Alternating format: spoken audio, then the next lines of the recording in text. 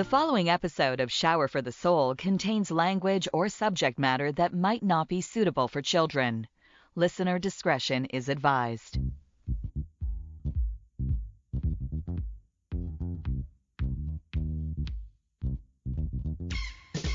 Welcome to Shower for the Soul, a podcast where we explore today's issues affecting our mental health and well-being. It's all about life, health, and wealth, and us. Grab a chair and a spot around the table, and let's start sharing. Now here's our host, Shane Fame Alexander.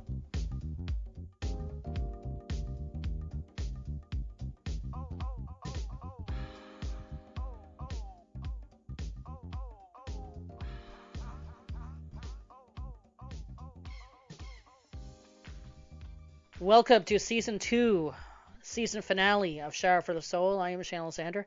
That's right, we're gone. We're done. After this episode, I'm packing up and heading to my living room. That's all I can do right now. Last season, I took some time off and went to Michigan. This season, I can go to my living room and set up, I don't know, something. Maybe a tan or something. I don't know. But before we depart, we'd like to thank one of our great sponsors for this season, BetterHelp. That's BetterHelp, H-E-L-P, BetterHelp.com. If you need any type of counseling, if you would just want to talk to someone, check out BetterHelp.com. They're there for you, online counseling. And if you want to sign up, 10% off your first month by going to betterhelp.com/SFTS. That's BetterHelp, HELP.com/SFTS. Coming up today on the show, speaking about mental health, we'll be talking to Todd Devlin. He's an organizer for Walk and Talk for Mental Health. And he is also part of defeatdepression.ca. That's coming up in a bit. A couple of weeks ago here on Shower for the Soul, we were talking about how music has helped us cope through COVID-19.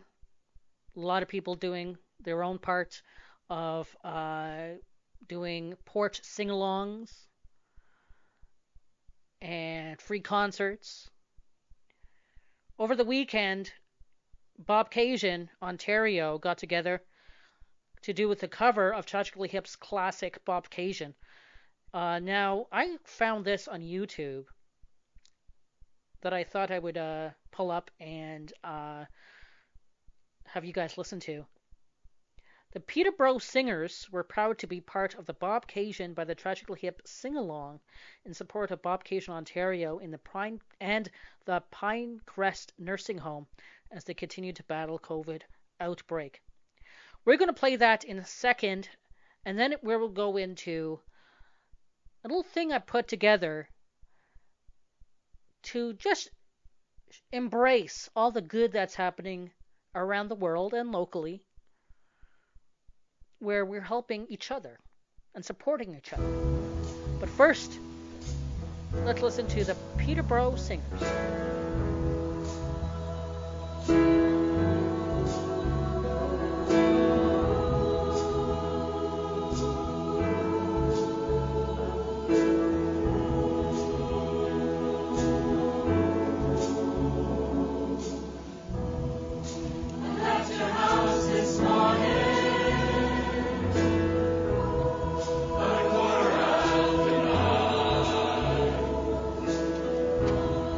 Good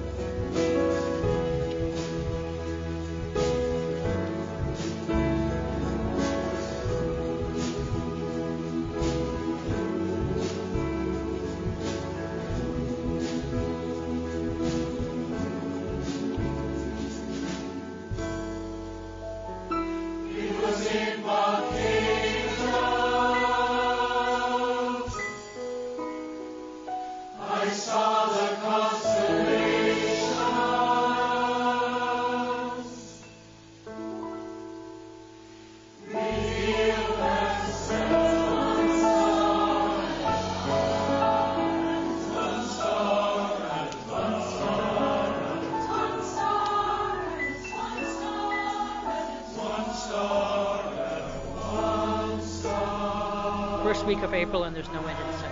It's easy to get anxious and panicky, but let's not let that win. Let's take a look at the good happening around the world. We're in this together, so let's start sharing the happier moments that bring promise and solidarity.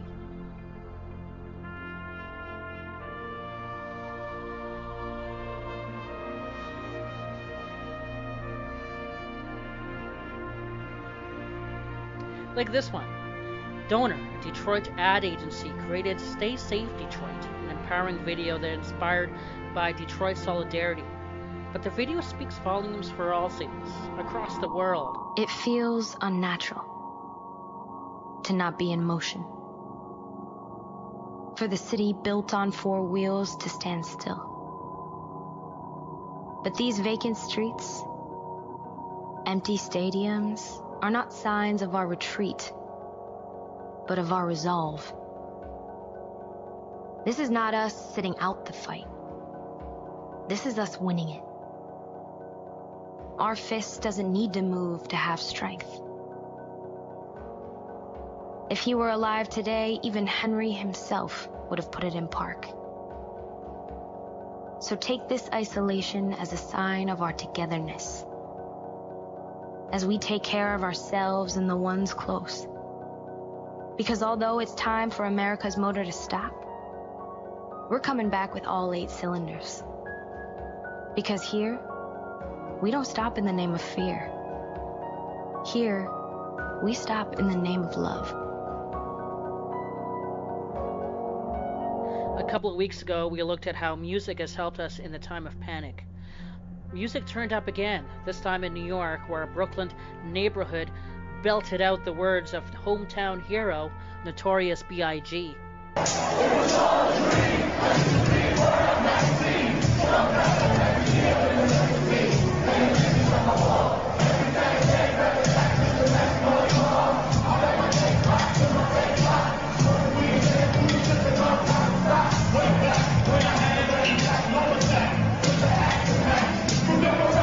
Closer to home, on the front line, residents in Newmarket, Ontario, Canada, lined up on Davis Street to give props to the Thames Hospital staff, bumper to bumper honking outside South Lake Regional Hospital Thursday afternoon.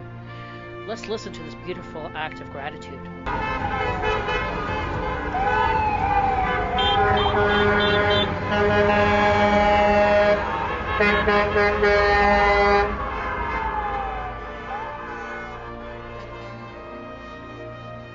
There's still good happening in this world. It's happening all around us. So before this is all over, and when it gets the scariest, listen to these sounds of unity and know that you're not in this alone. The world is with you. We're going to be okay.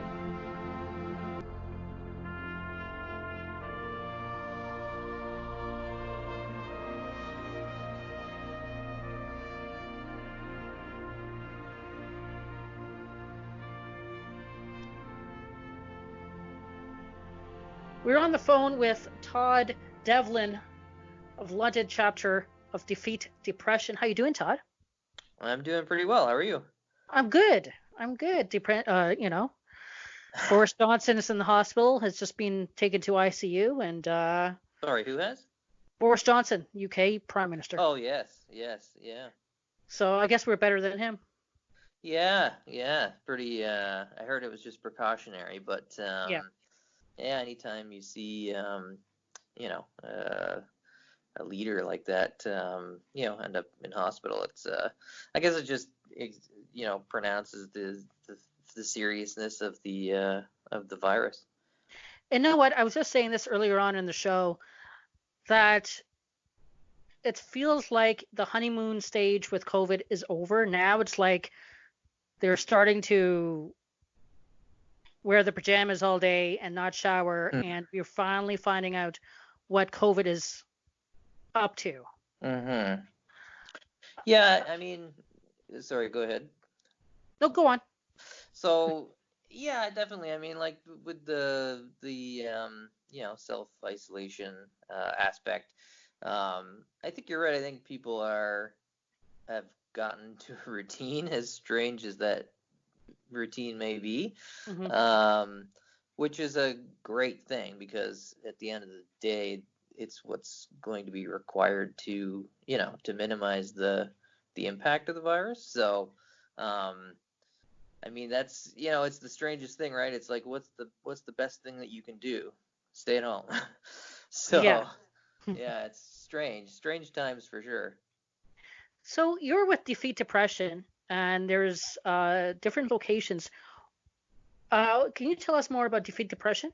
Yeah, yeah. So Defeat Depression is a campaign that's national in scope, and it's run by the group Mood Disorder Society of Canada, Mm-hmm. which is a national nonprofit organization. And so Mm-hmm. the campaign holds events coast to coast called Defeat Depression events. And so most of them are walks or runs and things like that. And they're sort of threefold. So one, to raise awareness of not just depression, but of mental health issues in general. Yeah. And to, sort of fight back against the stigma of mental illness, and then also to raise money for different services, so mental health resources in particular communities.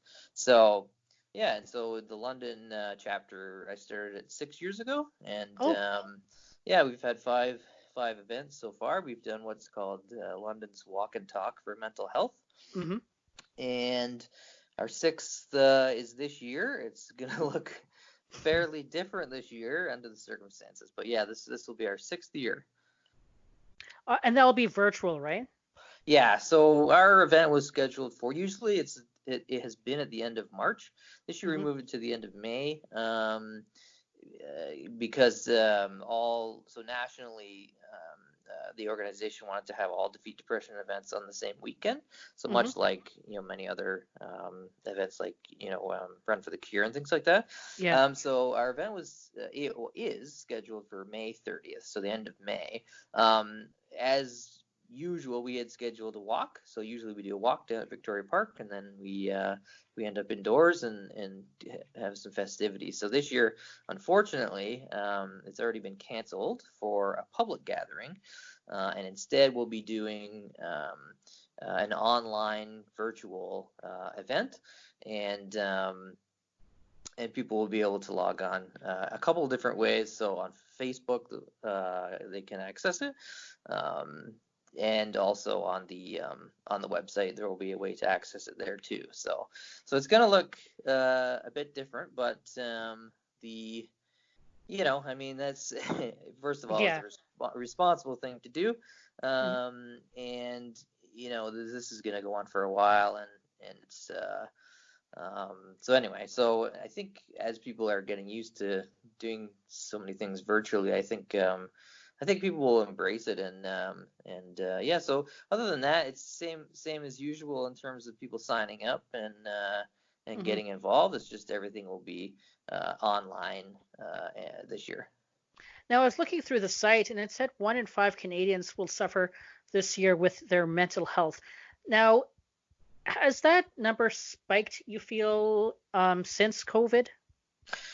Yeah, so I mean, I'm certainly not an expert. I'm just a mental health advocate, but I think it's pretty safe to say that certainly, incidents of mental health issues have increased during this pandemic, which makes total sense. People acutely are experiencing anxiety and depression,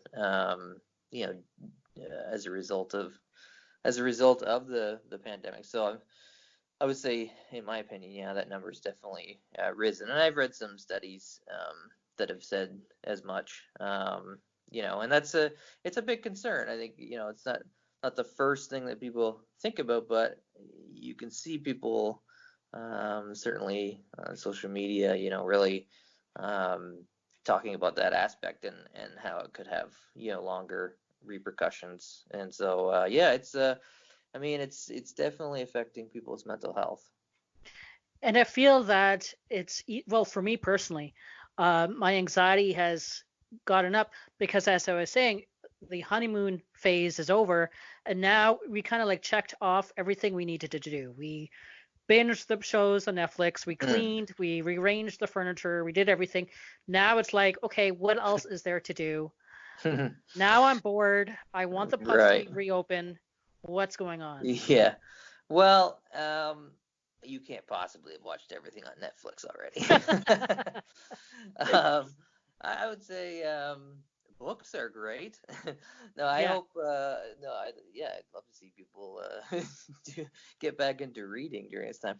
I mean, yeah, certainly. I think it will wear on people. Hopefully, it's not doing so already because I think this is going to go on for more weeks. But it certainly will wear on people, and you're right. That's where mental health issues will arise if they hadn't done so already. But I think strangely enough, we live in a time where it's almost impossible to get bored, I given know, eh? given so many things that are available to us. But what we are missing, of course, is the social interaction with human beings, which is so important. And so that's what we're missing. And so people are virtual. I hadn't heard of Zoom until like recently, and then Yep. now it's all I hear about. So people are having Zoom gatherings and doing things like that, FaceTime, Skype calls and things like that, which are really important. So it's different for everyone, right? Each person sort of has a different level of need for social interaction with people, right? And then also some people, live with family. Some people live alone. So Hmm. each, person kind of has their own situation and sort of needs to, find that level of where they're getting enough social interaction, even if it's just talking to people on the phone or things like that. But yeah, it's definitely a challenge. Shoppers Drug Mart just started this thing that they just released today where you can sign up and take a test for stress level through because of COVID, and it's all funded. You have to use a promo code. Which other companies do you find are taking an extra step to help us, especially the ones locally? That's a good question. Let's see. I know.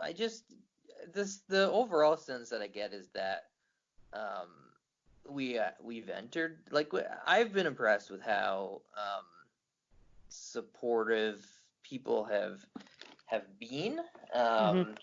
and that sort of sense that we're all in it together, and with that comes concern for people's health, and that includes mental health.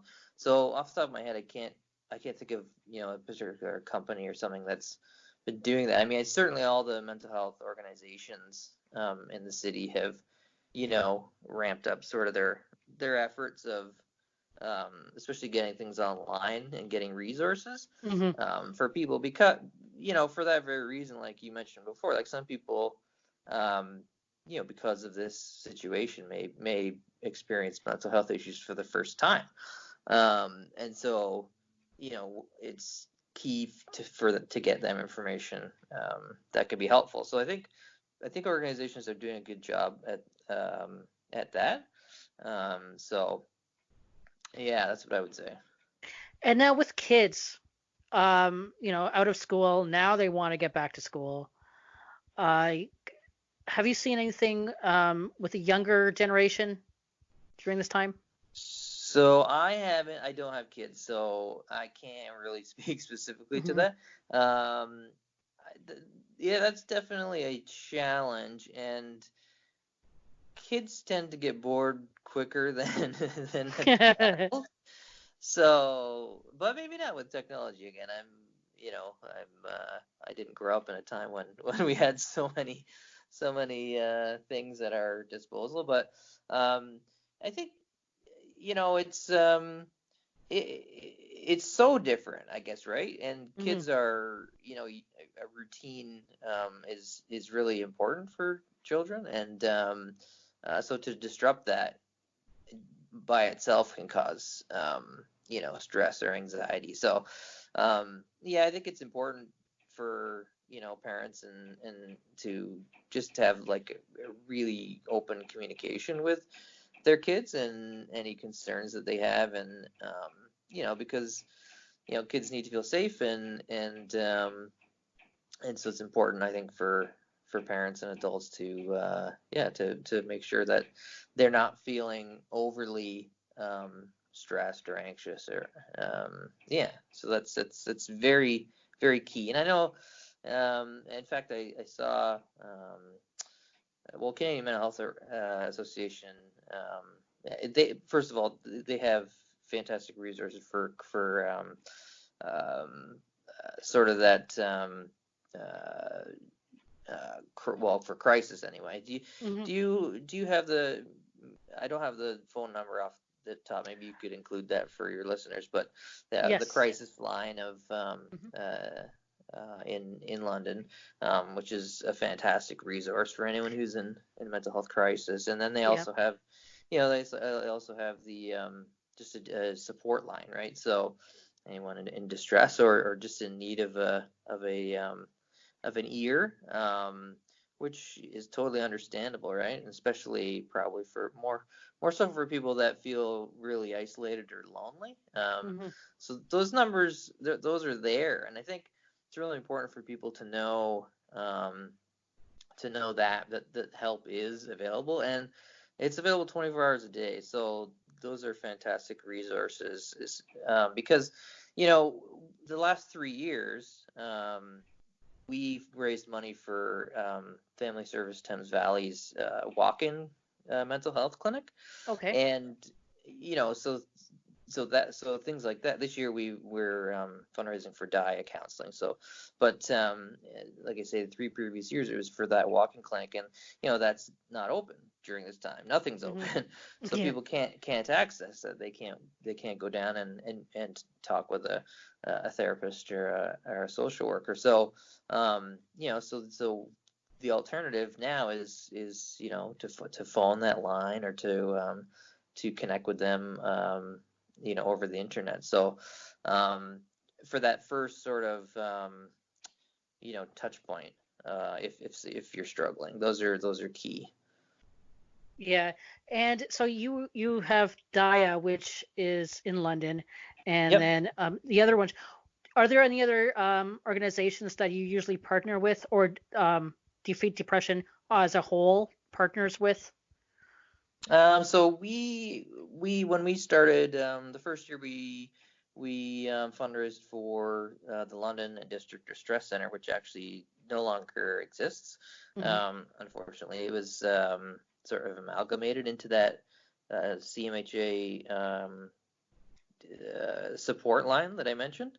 So that's what it became anyway. And also a group called Connect for Mental Health, which is a peer support group in London for people dealing with mental health issues. And then, like I say, so that would have been the first 2 years, and then we fundraised for Family Service Thames Valley for 3 years, and then this year we were doing DIA counseling.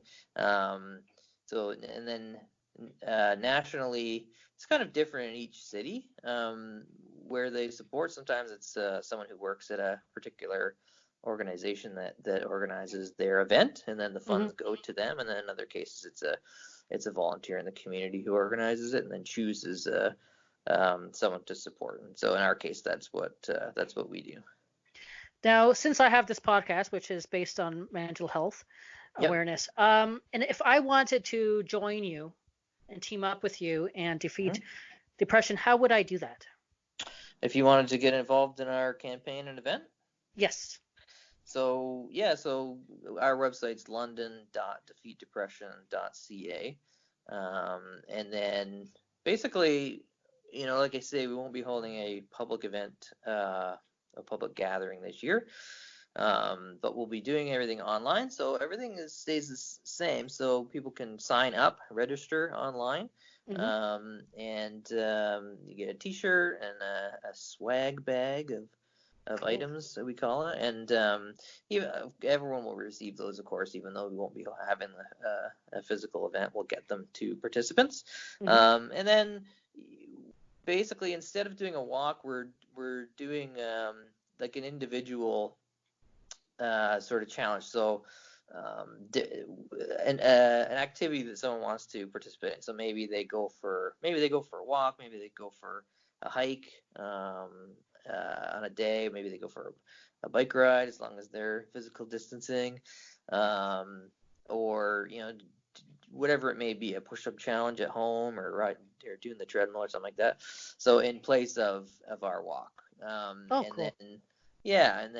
So that's the physical aspect of the event, and so to go along with that is people are encouraged to do some fundraising, and so we have the system set up where they can easily send emails to friends and family, or they can post their personal page. You can write a blurb about why you're participating and why it's important to you, and then send it to family and friends and ask for sponsors, donations, and so that everything that's going to remain the same. And then on event day, which May 30th, instead of gathering together, we'll be doing it all online, and it's going to be national in scope. So the live sort of stream will be accessible to everyone. So it's kind of neat because this year it'll be, all of the events will be accessing a main event at the same time, which is something that obviously hasn't happened before. And then we'll have, there'll be speakers, and some entertainment, some singers, I believe, will be performing. So some of that's still in the works. But it'll be in other words, instead of having it indoors at our location, you'll be getting it online, and it'll be a couple hours of a live stream. So Awesome. it'll be good. Cool. Well, I will see you there, and Great. I'm going to be there. Yeah. Actually, you know what? I was beaten out. You were doing this online auction, silent auction on Facebook, and I was all over that page.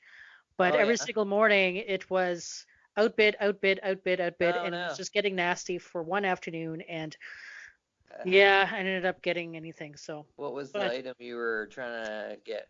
There were a few things. There was the tickets to London Music Hall. Yeah. The show, the Broadway show, I think, tickets. Grand Theater. Yeah. And I think it was a dinner. Okay. Yeah. And baseball tickets. We it was pretty successful. We raised just over $1,100 for that. And I should mention too, our goal is through the campaign is to raise $25,000. So, and then of course we're going to face challenges this year with because it's going to be different and things like that. So we're really trying to get the word out online, that everything will be online, and we're still trying to reach that goal. We're gonna have to be creative, but we'd like to get as much as we can for DIA counseling, and for them specifically, what we're funding is their subsidized counseling program. So it's a program that basically provides counseling to people that otherwise couldn't afford counseling. So it's subsidized, and so we're trying to get them as much as money as we can. They recently moved locations to a larger spot on Dufferin downtown, and because they are trying to provide more counseling, more work that they do, because the need is so great, right? So anyway, so that was that move costs money, and so we're trying to fundraise for the counseling specific program now.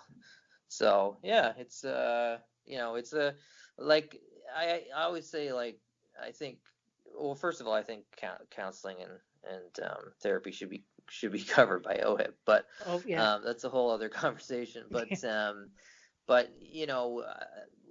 for places like this and for Family Service Thames Valley, which offer counseling, then they also offer the subsidized programs, because I always say that counseling should be available to all, regardless of ability to pay, because Mm-hmm. it's just not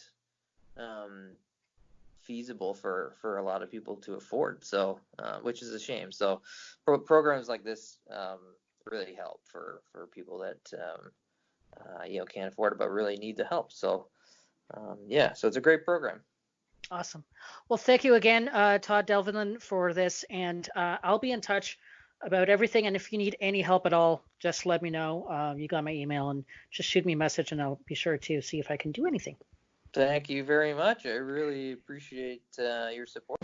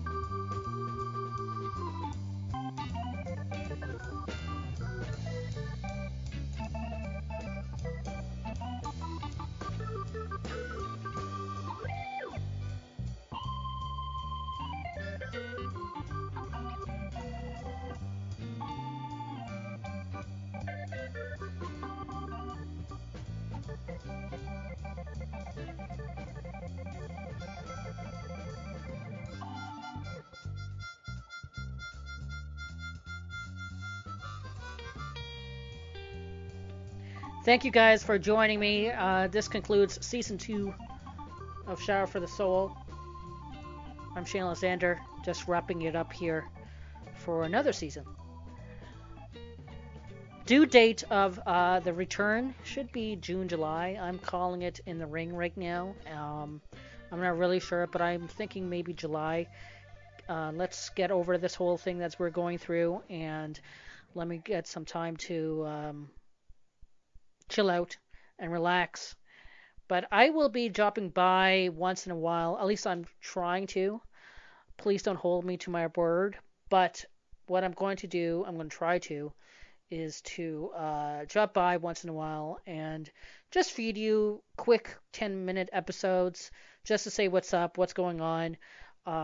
If something major is happening, like the end of the world, I'll drop by and say goodbye or whatever. So that's what my plan is. I'm not going to be doing it regularly. I'm probably once or twice during my hiatus. So you can look forward to that. Of course, I'll give you a heads up on if I'm doing it or when I'll be doing it via my social media, Twitter and Instagram at SFTSPodCST. If you want to keep in touch and just send me some notes, you can also do that at hostshane@gmail.com. Don't forget, you can always send me a review and like my podcast and subscribe to get all the latest information. And if you send me a review, I'll send you a personal note with something maybe special from me to you. Okay? That's all I got right now. Thank you again. I just hope I brought some kind of entertainment, some kind of reinsurance, some kind of joy, some kind of humor to your lives for the past couple of months. And if I did that, my job was done well. So, but thank you for joining me. And I guess I'll see you guys on the flip side. Get in touch if you want to catch up, if you want to stay in contact. I'm always here. I'll be around. I'm just in my living room. Okay. Be well and stay safe. Peace.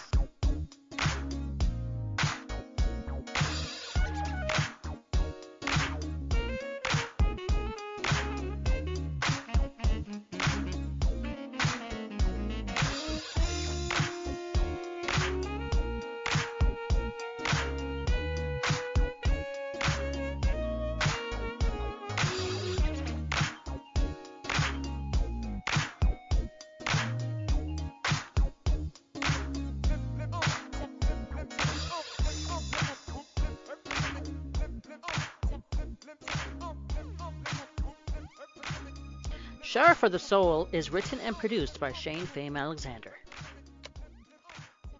Shower for the Soul is a Fame and Friends production.